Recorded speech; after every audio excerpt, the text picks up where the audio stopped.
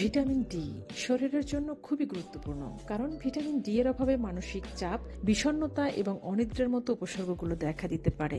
এই vitamin D এর অভাবে মাত্রাতিরিক্ত চুল ঝরতে পারে, প্রভাব পড়তে পারে হাড়ের ঘনত্বে।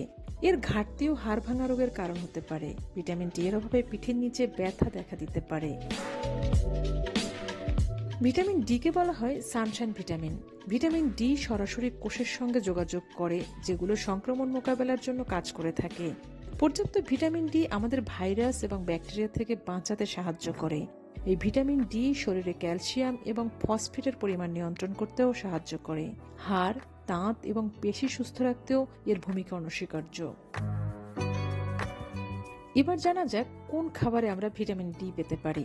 ভিটামিন ডি এর খুব ভালো উৎস হলো ডিমের কুসুম, তবে ডিমের সাদা অংশে প্রোটিন আর কুসুমে ফ্যাট ও মিনারেল পাওয়া যায়। এছাড়া দুধ জাতীয় খাবার যেমন দই, দুধ দুটোই ভিটামিন ডি এর অভাব পূরণ করে থাকে। আরও আছে মাশরুম, ওটস, তেলযুক্ত সামুদ্রিক খাবার, গরুর কলিজা এবং লাল মাংসেও ভিটামিন ডি পাওয়া যায়।